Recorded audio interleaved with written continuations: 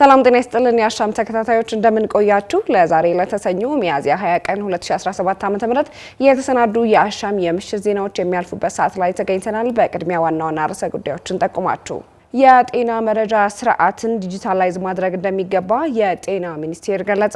ከገዢው ብልጽግና ፓርቲ ስኬት አንዱ የህዳሴ ግድብ የነበረበትን ዓለም አቀፍ ፈተናዎች ተቋቁሞ ከዳር ማድረሱ ነው ሲሉ የፖለቲካ ሳይንስ ተንታኙ ተናገሩ። በአድዋ ከተማ በተለያዩ መጠለያ ጣቢያዎች የሚገኙ ተፈናቃዮች የሰብአዊ ድጋፍ አገልግሎት እያገኘን አይደለም አሉ። ከውጪ የዩናይትድ ስቴትሱ ፕሬዝዳንት ዶናልድ ትራምፕ ወደ ስልጣን ከተመለሱ 100 ቀናትን አስቆጠሩ። ተመልካቾቻችን አስቀድመን ያስተዋወቅናችሁንና የቢዝነስና ምጣኔ ሀብት እንዲሁም ስፖርታዊ መረጃዎች ወደ እናንተ ያልፋሉ። የዕለቱ ተረኛ አሳላፊ መስከረም አዲሱ አብሬያችሁ ቆይታ አደርጋለሁኝ። ወደ ቀዳሚው ዜና ተሻገርኩ።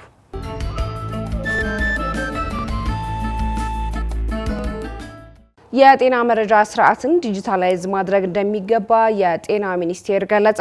አራተኛው ሀገር አቀፍ የጤና መረጃና የዲጂታል የጤና ሳምንት ከመረጃ ወደ ተግባር ለመጀመሪያ ደረጃ የጤና እንክብካቤ እመርታ በሚል መሪ ሀሳብ የማስጀመሪያ መርሃ ግብር ተካሂዷል። ብርሃን ሸቴ ጉዳዩን ተመልክቶታል፣ እንደሚከተለው ያቀርበዋል።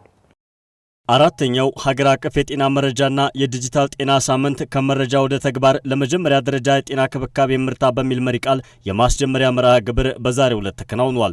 በመርሃ ግብሩ ላይ የተገኙት የጤና ሚኒስቴር ሚኒስትር ዴኤታ ዶክተር ደረጀ ድጉማ ባለፉት ዓመታት የጤና መረጃ ስርዓቱን ለማሻሻል ውጤታማ ስራዎች መከናወናቸውን ጠቁመዋል።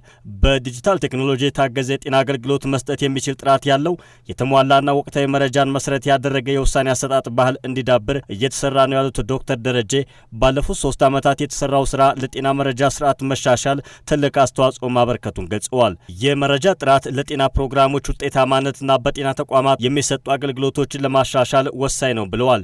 መረጃ ተፈላጊ በሆነበት ዘመን የመረጃ ስርዓትን ማሻሻል አስፈላጊ እንደሆነም አብራርተዋል። አራተኛው የመረጃና የጤና የዲጂታል ጤና ሳምንት መሪ ቃላችን ከመረጃ ወደ ተግባር ለመጀመሪያ ደረጃ የጤና ክብካቤ እመርታ የሚል ሲሆን መረጃ በጤና ሴክተር ውስጥ ከፍተኛ ትርጉም ያለው ነው። ጥራት ያለውን መረጃ መሰብሰብ፣ ሪፖርት ማድረግ እና መጠቀም ለሁለት ዋና ዋና ጉዳዮች ይጠቅማሉ። አንደኛው በጤና ውስጥ እንደምታውቁት በርካታ ፕሮግራሞች አሉ። እነዚህ ፕሮግራሞች ውጤታማ እንዲሆኑ የበለጠ ማህበረሰባችን ተጠቃሚ እንዲሆን ጥራት ያለው መረጃ እጅግ አስፈላጊ ነው። ከዚያም ባሻገር በጤና ተቋማት ውስጥ የሚሰጡ አገልግሎቶችን የበለጠ ለማሻሻል የመረጃ ስርዓታችን እጅግ ወሳኝ ነው። በተለይ በዚህ ዘመን መረጃ ከሁሉም በላይ ተፈላጊ በሆነበት ዘመን ላይ የመረጃ ስርዓታችንን ማሻሻል በጤና ሴክተር ውስጥ አንድ እርምጃ እንድንራመድ እጅግ እንደሚደግፈን ሁላችንም ስለምናውቅ በዚሁ ደረጃ ለዚህ ዘርፍ የምንሰጠውን ትኩረት ማሻሻል ማጠናከር እንዳለብን ጥሪ ማሳለፍም ጭምር እፈልጋለሁ። ሚኒስትር ዴኤታው የጤና መረጃ ስርዓትን ለሀገራዊ ስኬት ብቻ ሳይሆን ኢትዮጵያ በዓለም አቀፍ ደረጃ የገባቻቸውን ቃል ኪዳኖች ተፈጻሚ ለማድረግ ያግዛል ብለዋል። ይህ ለማሳካት ጤና ሚኒስቴር ለመረጃ ስርዓት ትኩረት ሰጥቶ ሲሰራ መቆየቱንም ገልጸዋል። የመረጃ ስርዓት መጠናከር በሀገራችን ለምናደርገው ስኬት ብቻም ሳይሆን በዓለም አቀፍ ደረጃ ኢትዮጵያ አሳካለሁ ብላ ቃል ከገባቻቸው ሁለት ጉዳዮች ጋር በእጅጉ የተሰናሰለ ነው። አንደኛው እንደ ፈረንጆቹ አቆጣጠር በ2030 የሚያበቃው የዘላቂ ልማት ግቦችን ለማሳካት የመረጃ ስርዓት ዲጂታል ጤና እጅግ አስፈላጊ ነው።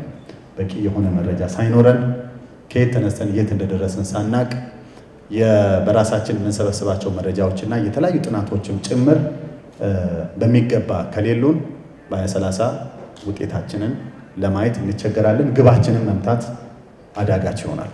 ከዛም ባሻገር የዓለም መንግስታት ቃል የገቡት ዩኒቨርሳል ከቨሬጅ ወይም ደግሞ ሁሉ አቀፍ ጤና ተደራሽነትን ለማሳካት በእጅጉ የመረጃ ስርዓት አስፈላጊ ነው። ከዚህ የተነሳ ጤና ሚኒስቴር ከክልል ጤና ቢሮዎች ጋር በመሆን ከአጋር ድርጅቶቻችን ጋር በመሆን ለመረጃ ስርዓት ከፍተኛ ትኩረት ሰጥቶ ሲሰራ ቆይቷል። የጤና ተቋማት በሚቀጥሉት ዓመታት ወረቀት አልባ አገልግሎት ለመስጠት መታቀዱን የገለጹት ዶክተር ደረጀ በዞንና በወረዳ የሚገኙ የጤና ተቋማት ንቁ ተሳትፎ ማድረግ እንደሚገባቸው አሳስበዋል። በሚቀጥሉት ዓመታት በርካታ ተቋማቶቻችን ወረቀት አልባ መሆን መቻል አለባቸው። ሰሞኑን በአገር አቀፍም ደረጃ ክቡር ጠቅላይ ሚኒስትራችን ያስመረቁት የመሶብ የአንድ ማዕከል አገልግሎት ብዙዎቻችን አይተናል። ከወረቀት አልባ የሆነ ብዙ ሴክተሮች አንድ ላይ መጥቶ ቀልጣፋ ተደራሽ አገልግሎት ለማህበረሰባችን የሚሰጡበት ተቋም ነው። ጤና ተቋም ወደዚህ መምጣት መቻል አለባቸው። ይህን ስናደርግ ነው የመረጃ ጥራትን ማምጣት የምንችለው።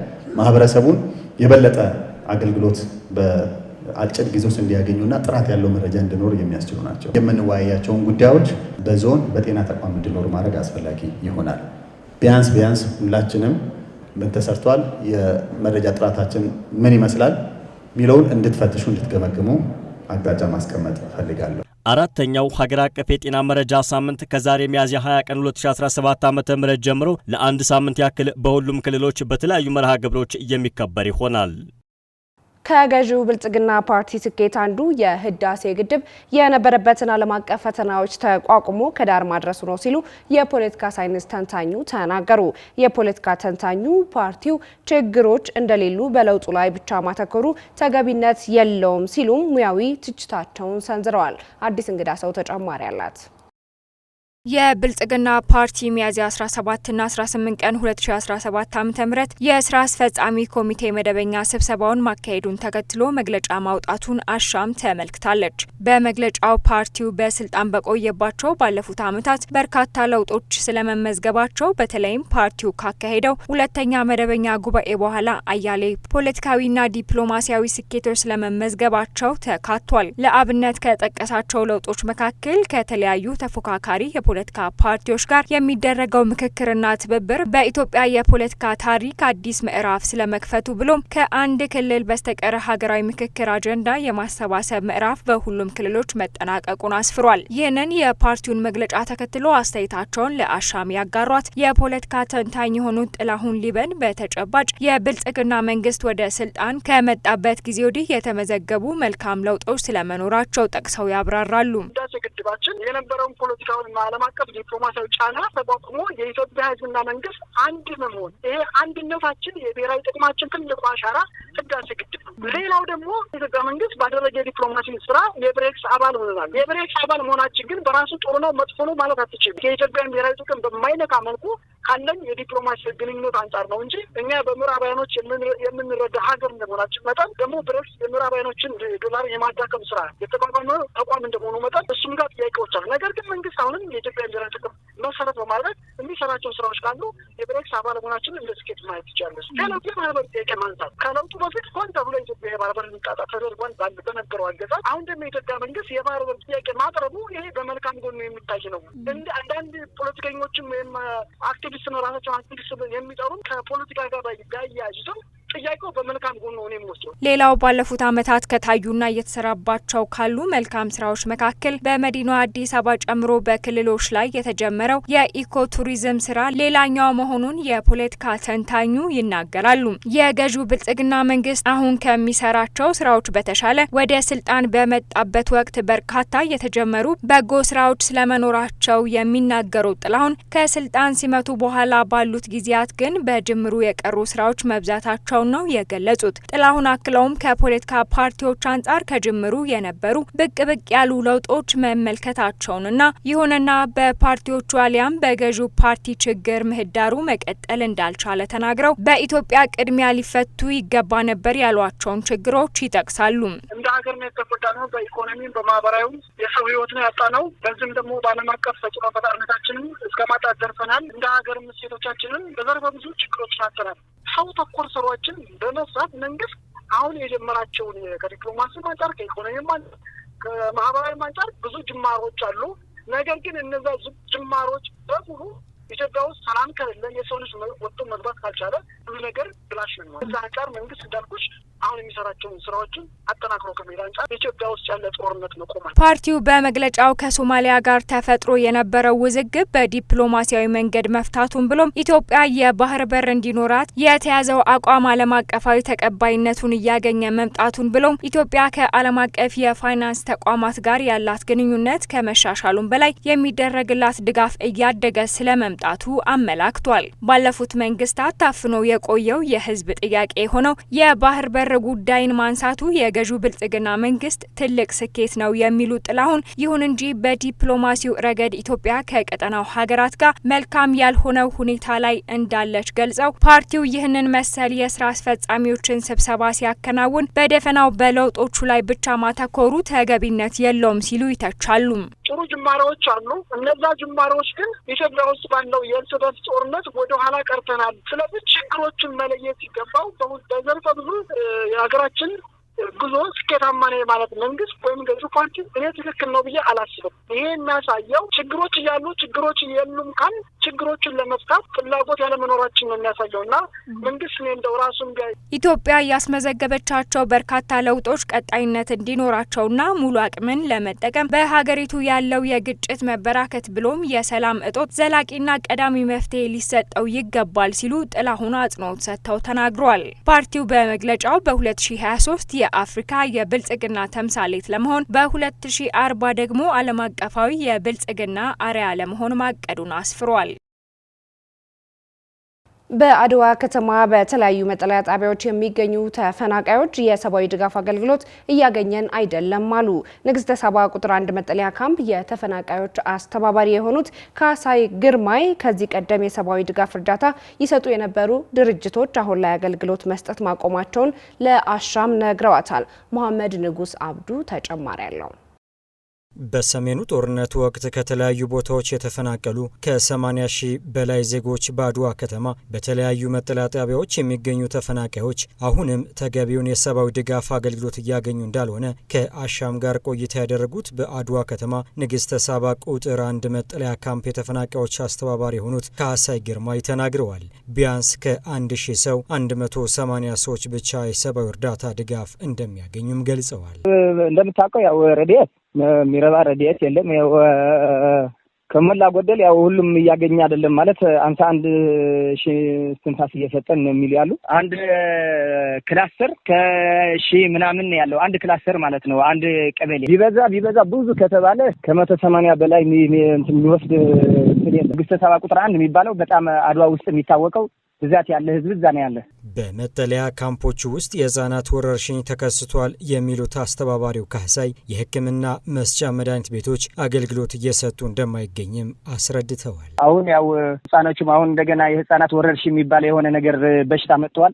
ህፃኖቹ እየታመሙ ምናምን ያለው እንደገና እንደምታውቀው ያው በረሃብ እንደገና መድኃኒቱም ተዘግተዋል። የሕክምና ምናምን አገልግሎት የነበረ ተዘግተዋል። ተከስቷል የተባለው ወረርሽኝ በምን ያህል ህፃናት ላይ ወረርሽኙ ታየ ስትል አሻም አስተባባሪውን የጠየቀች ሲሆን እርሳቸውም እስካሁን ድረስ ብቻ በአንድ መጠለያ ውስጥ በሁለት ህጻናት ላይ የወረርሽኝ በሽታ መታየቱንም ተናግረዋል። እስካሁን ያው በአንድ አይዲፒ ውስጥ 2 ታይተዋል ተባለ። ያው ለመጀመሪያ ጊዜ ነው እዚህ አይዲፒ የታየው እንጂ ከዚህ በፊት አልነበረም። ገና እዚህ ትግራይ ውስጥ ራሱ ይሄ አልተባለም። ልክ በቃ የጤና ባለሙያ ሲመክር አርፍዶ በማግስቱ ታመሙ ምናምን ተብሎ ወዲያውኑ ወደ ያው ሴንተር ህክምና ሴንተር ነበር እዛ አይዲፒ ስለሌለ ወደ ጤና ጣቢያ ወሰድናቸው። ያው እዛ ክትትል ያደረጉ ነው ህፃኖቹ። ተፈናቃዮች ምንም አይነት ለውጥ እየተመለከቱ እንዳልሆነ የሚናገሩት በአድዋ ከተማ ንግስተ ሳባ ቁጥር 1 መጠለያ ካምፕ የተፈናቃዮች አስተባባሪ የሆኑት ካሳይ ግርማይ ከዚህ ቀደም የሰብአዊ ድጋፍ እርዳታ ይሰጡ የነበሩ ድርጅቶች አሁን ላይ አገልግሎት መስጠት ማቆማቸውንም ይናገራሉ። ያው በአጠቃላይ ግን ያው ምንም ለውጥ የለም። እየባሰ ነው የሚመጣ ያለ እንጂ ምንም ለውጥ የለም። እስካሁን በመንግስት የሚወርድ ነገር የለም። ያው ምንም ነገር የለም። አንዳንድ የሚመጣ ራሱ ድርጅቶች ነበሩ፣ እነሱም አሁን ጠፍተዋል። ለምሳሌ እንደ ሞዴል ምናምን ይሄ መጻደጃ የሚባል ምናምን ይሰጥ ነበር እነዚህ ለህፃኖች ምናምን እያሉ እሱም በቃ ተቋርጠዋል። የለም ምንም ነገር የለም። በመጠለያ ካምፖች ውስጥ በተለይ ህጻናትና ሴቶች ተጎጂ እየሆኑ እንደሚገኝ ለአሻም የነገሯት በአድዋ ንግስተ ሳባ ቁጥር 1 መጠለያ ካምፕ አስተባባሪ የሆኑት ካሳይ ዓለም አቀፍ ማህበረሰብና የሚመለከታቸው አካላት ሁሉ ተፈናቃዮች ወደ ቀድሞ ቀያቸው እንዲመለሱና ድጋፍ እንዲያደርጉላቸው መልእክታቸውን አስተላልፈዋል። ሻዕቢያ ከአማራ ህዝብ ብሎም ከኢትዮጵያዊ የፖለቲካ ማህበረሰብ ህልውና አንጻር በበጎ ሊመዘገብለት የሚያስችል ታሪክ የለውም ሲል አብን ገለጸ። የአማራ ብሔራዊ ንቅናቄ አብን ስራ አስፈጻሚ በሀገራዊ ክልላዊና ቀጠናዊ ወቅታዊ ጉዳዮች ላይ ባወጣው ሰፊ መግለጫ በአማራ ክልል እየተካሄደ ያለውን የተራዘመ ግጭት የአማራን ህዝብ ሁለንተናዊ ቀውስ ውስጥ ለመክተት ግጭት እየጠመቁ ያሉ እና የአማራ ህዝብ መሰረታዊ ጥያቄዎች እንዲዘነጉ የሚያደርጉ ኃይሎች ላይ ይቻለው ብለዋል። ፍሮል ኃይሉ ጉዳዩን ተመልክተዋለች፣ እንደሚከተለው ታቀርበዋለች። የአማራ ብሔራዊ ንቅናቄ አብን ስራ አስፈጻሚ ኮሚቴ በወቅታዊ ክልላዊ ሀገራዊና ቀጠናዊ ጉዳዮች ላይ ሰፊ ውይይት ማድረጉን ባወጣው ሰፊ መግለጫ አስታውቋል። ውይይቱ በአማራ ክልል እየተካሄደ ያለው የተራዘመ ግጭትን የገመገመ መሆኑን ጠቅሶ የአማራን ህዝብ ሁለንተናዊ ቀውስ ውስጥ ለመክተት ግጭት እየጠመቁ ያሉ የአማራን ህዝብ መሰረታዊ ጥያቄዎች እንዲዘነጉ የሚያደርጉ ኃይሎችን በመለየት አቋም ላይ ደርሻለሁ ብሏል። 2 ዓመት ያስቆጠረው የአማራ ክልል የጸጥታ መታወክ ያስከተለውን መጠነ ሰፊ ሰብአዊ ቁሳዊ ኪሳራ የህዝባችን መሰረታዊ ጠላቶች የሆኑ ውጫዊ ኃይሎችን ጭምር ግጭቱን እንደ መልካም አጋጣሚ በመጠቀም ተዋናይ እየሆኑ መምጣታቸውን አብን በእጅጉ እያሳሰበው መሆኑን በመግለጫው አንስቷል። በክልሉ በቀጠለው ግጭት በተኩስ ልውውጥ አያሌ ንጹሃን ህይወታቸውን አጥተዋል፣ ቆስለዋል፣ ከቀያቸው ተፈናቅለዋል፣ ትምህርት ቤቶቻቸው ተዘግተዋል። ፖለቲካ ውስጥ የሌሉ መምህራንና ተማሪዎች በአሰቃቂ ሁኔታ ተረሽነዋል። የባለ ሀብትና ታዋቂ ሰዎች ደህንነት አደጋ ላይ ወድቋል። ህዝቡ በተራዘመ የኢኮኖሚ ውድቀት ውስጥ ገብቷልም ብሏል። በዚህ የተነሳ የአማራ ህዝብ ዛሬ ብቻ ሳይሆን ነገም ተተኪ ትውልድ እንዳይኖረው ከአሁኑ የማህበረሰብ ኢኮኖሚ ፈተና ይልቅ የነገው እየከፋ የሚመጣው በጠላቶቹና በተላላኪዎቹ በስፋት እየተሰራበት መሆኑንም አብን አንስቷል። በዋናነት የአማራ ልጆች በእውቀት በክህሎትና በስነ ምግባር ታንጸው ተወዳዳሪና ሀገር ተረካቢ እንዳይሆኑ እየተደረገ ይገኛል ሲልም አብን በመግለጫው ከሷል። አብን በመግለጫው በሚሊዮኖች የሚቆጠሩ ተማሪዎች ከትምህርት ገበታቸው ውጪ በመሆናቸው የተነሳ ህጻናት ልጆቹ ያለ እድሜ ጋብቻ ውስጥ እየገቡ እንደሆነና የህጻናት መደፈርም ስለመበራከቱ መረጃዎች እየደረሱኝ ይገኛሉ ብሏል። ግጭቱ የጤና መሰረተ ልማቶች ላይ በጤና አገልግሎት ላይ ሰፊ አደጋ በመጋረጡ በህክምና እጦት ማህበረሰቡ ለሞትና ለማይድን ህመም እየተዳረገ ይገኛል። ህጻናት የወቅት ክትባት እያለፋቸው ይገኛልም ብሏል። አብን መግለጫውን ሲቀጥልም በኢኮኖሚው ረገድ ሲታይ አቅም ያላቸው የክልሉ ባለሀብቶች ተወስደዋል። የሸቀጥ ዝውውር በከፍተኛ ሁኔታ በመስተጓጎሉ የኑሮ ውድነት ተባብሷል። በርካታ መሰረተ ልማቶችም ወድመዋል ብሏል። የአማራ ክልልን ኢንቨስትመንት የመሳብ እምቅ አቅምና የቱሪዝም መዳከም ኢኮኖሚውን በመጉዳቱ የህዝቡን የማልማት እድል እየነጠቀ ይገኛልም ብሏል። ይህም የአማራ ህዝብ መሰረታዊ ጥያቄዎች እንዲመለሱ የሚደረገው የሰላማዊ ትግል አማራጭ እንዲበዘበዝ እያደረገ ሲገኝ ህዝቡን ለጠቅላላ የጸጥታ ስጋት የዳረገ ነውም ብሏል። የአማራ ብሔራዊ ንቅናቄ አብን መግለጫውን ሲቀጥል የአማራ ክልልን የወያኔ የጥፋት ድግስ የጨዋታ ሜዳ ለማድረግ የጦርነት ቅስቀሳ ፕሮፓጋንዳዎችን በተመለከተ በጥልቀት መመልከቱን ጠቅሷል። በዚህም የአማራ ህዝብ ላይ ዳግም ሊፈጸም ያለውን የዘር ማጽዳት የዘር ማጥፋትና በ2013 ዓ.ም ጥቅምት 30 ማይካድራ ላይ የተፈጸመውን የጦር ወንጀል ዳግም የማስቀጠል ዓላማ እንዲያቆምም ጠይቋል። አክሎም ወልቃይትን አስመልክቶ የወያኔ ትንኮሳ የጦርነት ቅስቀሳ ከሰብአዊነት ጉዳይ ጋር ከሀገራዊ ሰላምና ጸጥታ ጋር በቀጥታ የሚገናኝ በመሆኑ የሚመለከተው አካል አጽንኦት ሰጥቶ እንዲመለከትም ጥሪውን አስተላልፏል። የፌዴራሉ መንግስትና መላው የኢትዮጵያ ህዝብ የወልቃይት ጠገዴ ሰቲት ሁመራ ህዝብ ያገኘውን አንጻራዊ ነጻነት፣ ሰላምና መረጋጋት በዘላቂነት እንዲጸናና አካባቢው የህወሓት የጦር አጀንዳ ሰለባ እንዳይሆን ከሰላም ወዳዱ ከወልቃይት ህዝብ ጎን እንዲቆምም ጠይቋል። የአማራና የትግራይ ህዝቦች የረጅም ዘመናት ታሪካዊና ባህላዊ ቁርኝት ያላቸው መሆኑ የማይሻር ሀቅ ነው ሲል የገለጸው አብን በወያኔ ኃይል የተሳሳተ ትርክት ምክንያት የተፈጠረውን ማህበራዊ አጥር በጋራ ትግልና በትብብር ለዘለቄታው ማፍረስ እጅጉን አስፈላጊም ነው ብሏል። አብን ሌላው በመግለጫው አጽንኦት የሰጠው ጉዳይ የሻቢያ ጉዳይ መሆኑንም አስታውቋል። ሻቢያ ከአማራ ህዝብ ብሎም ከኢትዮጵያ የፖለቲካ ማህበረሰብ ህልውና አንጻር በበጎ ሊመዘገብለት የሚችል ታሪክ የሌለው ኃይል መሆኑን ፓርቲው ጠቅሶ አሁን ላይም በአማራ ክልል እንዲሁም በኦሮሚያ ክልል አንዳንድ አካባቢዎች የሚስተዋለውን የጸጥታ ችግር ለማባባስ ከሚሰሩ ኃይሎች ጋር የአጋርነት ዝንባሌ እንዳለው መረጃዎች የሚያሳዩ መሆኑን አብን ጠቅሶ የኢትዮጵያ ታሪካዊ ጠላቶች ተቀጽላ በመሆን በሀገራችን ብሔራዊ ጥቅም ላይ ጉዳት ለመጣል ያለመታከት የሚሰራ በመሆኑ ሁሉም ኢትዮጵያዊ አጥብቆ ሊያወግዘውና ሊታገለው ይገባል ሲልም አብን በመግለጫው አጽንኦት ሰጥቷል። ብሔራዊ አስፈጻሚ ኮሚቴው ከወቅታዊ ጉዳዮች በተጨማሪ የፓርቲውን መዋቅሮችና የፖለቲካ እንቅስቃሴዎችን በመገምገም ቀጣይ አቅጣጫዎችን ማስቀመጡን ገልጾ በኢትዮጵያ ውስጥም በሰላማዊ መንገድ ከሚንቀሳቀሱ የፖለቲካ ኃይሎች ጋር ተቀራርቦ በመወያየት በሀገራዊ ምክክር ሂደት ላይ የነቃ ተሳትፎ በማድረግ የአማራን ህዝብ መሰረታዊ ጥያቄዎች በሰላማዊ መንገድ እልባት እንዲያገኙ ለማስቻል በቀረበበት እቅድ ዙሪያ ተወያይቶ ማጽደቁንም አስታውቋል። አሻም በዚሁ መግለጫ ላይ ተጨማሪ መረጃዎችን ለማግኘት ከፓርቲው ሊቀመንበርና ምክትል ሊቀመንበሮችን ጨምሮ የተለያዩ አመራሮችን ለማነጋገር ያረገችው ጥረት አልተሳካም። በተመሳሳይ በመግለጫው ስሙ የተነሳውና በብሔራዊ ምርጫ ቦርድ ህጋዊ ምዝገባ እንዲያደርግ እየተጠየቀ የሚገኘው የህዝባዊ ወያኔ አርነት ህወሓት ፓርቲ አመራሮችን ለማነጋገር ያደረገችው ጥረት ስልክ ባለማንሳታቸው አልተሳካም። ሁለቱም አካላት ምላሽና ማብራሪያ ለመስጠት ፈቃደኛ በሆነው አፍታ አሻም ታስተናግዳለች። የህክምና ፈቃድ ሳያወጡ በሚንቀሳቀሱ የህክምና ባለሙያዎች ላይ አስተዳደራዊ እርምጃ ወስዳለው ሲል ባለስልጣኑ አስታወቀ።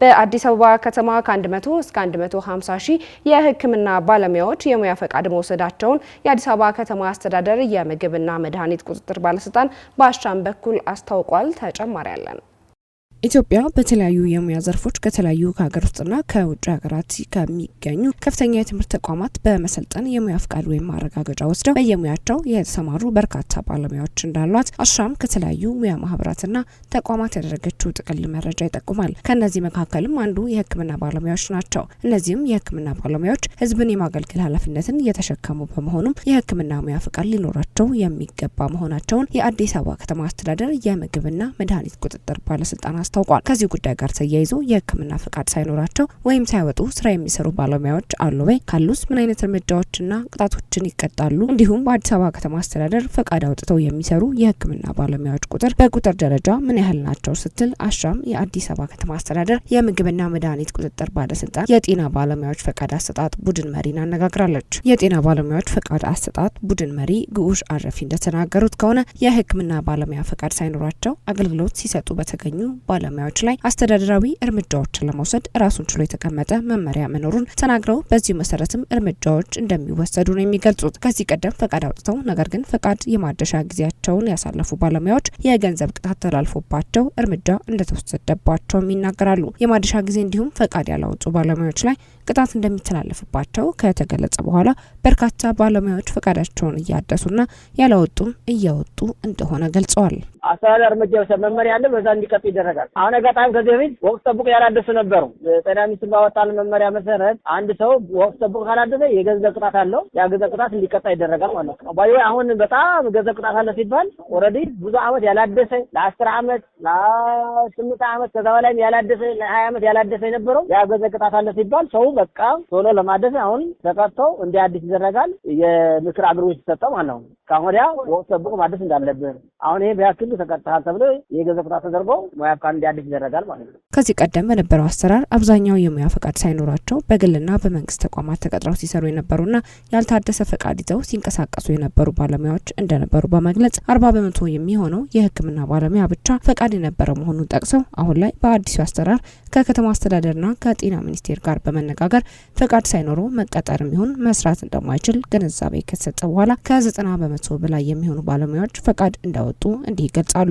አሰራራችን በጣም የተዛዛ ነበረ። ግማሹ ሙያ ፈቃድ ሳያወጣ ይሰራል፣ ግማሹ ሙያ ፈቃድ አውጣ ይሰራል። የተብሩሩቅ የነበረ ሀሳብ ነበር። ከዚህ አንፃር በጣም እንደ አዲስ አበባ 40% ነው ሙያ ፈቃድ የነበረው። 40% ካለው ባለሙያ አንጻር ነው 40% ነበር ሙያ ፈቃድ የነበረው። የቀረ ግን 60% ግን ያለ ሙያ ፈቃድ ነበር የሚሰራ ዝም ብሎ ምንም ሳይኖረው ዝም ብሎ ለካ ጥሮታ እስከሚወጣ ድረስም ዝም ብሎ ሲሰራ ነበር። አሁን ከተማ አስተዳደርና ከጤና ሚኒስቴር ተነጋግረው ግን ማንኛውም ሰው ሙያ ፈቃድ ሳይኖረው መቀጠር አይችልም፣ መስራት አይችልም፣ ኬርም አያገኝም በሚል ሲወጣ ኦሬዲ ያ ሲስተም አረገ። ከበኋላ ሲሆን ሰው ግንዛቤ መፍጠር ተጀመረ። የነበረው 40% አሁን ወደ 90% ደርሰናል። እንደ አዲስ አበባ በማንኛውም በፕራይቬት እና በመንግስት የሚሰራ ማንኛውም ባለሙያ ሙያ ፈቃድ ሳይኖረው ኦሬዲ እንደማይሰራና ማደስም እንዳለበት በየ3 አመቱ በፊት 5 አመት ነበር። አሁን ደግሞ በየ3 አመቱ እያደሰ ኦሬዲ አክቲቭ ያደረገ ያ ኬር የሚጠቀምበት ኬር በዛ ኬር ሙያ ፈቃድ ማደሱ በየ3 አመት የሚያገኘው ጥቅማጥቅም እያገኘ ይሄዳል ማለት ነው። ይህንን የህክምና ባለሙያዎች የሙያ ፈቃድ መስጠት በመንግስትና በግል ተቋማት ላይ የሚፈጠሩ የህክምና ስህተቶችን ለመቆጣጠር እንደሚረዳም ነው የተገለጸው። በዚህም በአዲስ አበባ ብቻ ከ100 እስከ 150 ሺህ የሚሆኑ የህክምና ባለሙያዎች ፈቃድ እንደወሰዱ ተገልጿል። አንዱ የህክምና ስህተት ይከላከልናል። አይተናል። ለምሳሌ የሚፈጠሩ የሕክምና ስህተቶች በመንግስትም በግል ተቋማት ለሚፈጠሩ ችግሮች አንዴ እውቅና ሰጥተነዋል። የሙያ ፍቃድ ያዘለ ነገ የሆነ ችግር ቢፈጠር በእኛ ስር ነው ያለው። ያ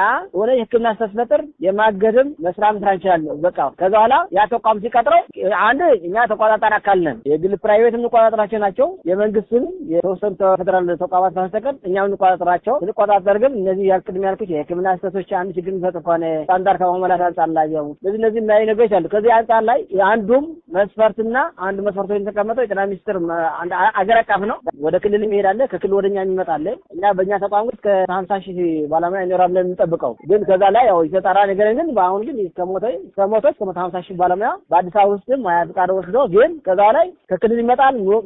ከወደ አዲስ አበባ ወደ ክልል ይወጣል። ያው እዛዛ ሊቀራነስ ይችላል። ይመጣም አለ ይሄድም አለ።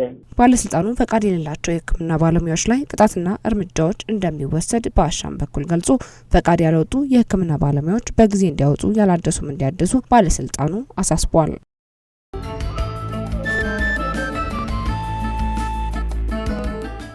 ተመልካቾቻችን ዜናዎቻችንን ከመቋጨታችን በፊት ርዕሰ ጉዳዮቹን ደግመን እናስታውሳችሁ። የጤና መረጃ ስርዓትን ዲጂታላይዝ ማድረግ እንደሚገባ የጤና ሚኒስቴር ገለጸ። ከገዢው ብልጽግና ፓርቲ ስኬት አንዱ የህዳሴ ግድብ የነበረበትን ዓለም አቀፍ ፈተናዎች ተቋቁሞ ከዳር ማድረሱ ነው ሲሉ የፖለቲካ ሳይንስ ተንታኙ ተናገሩ።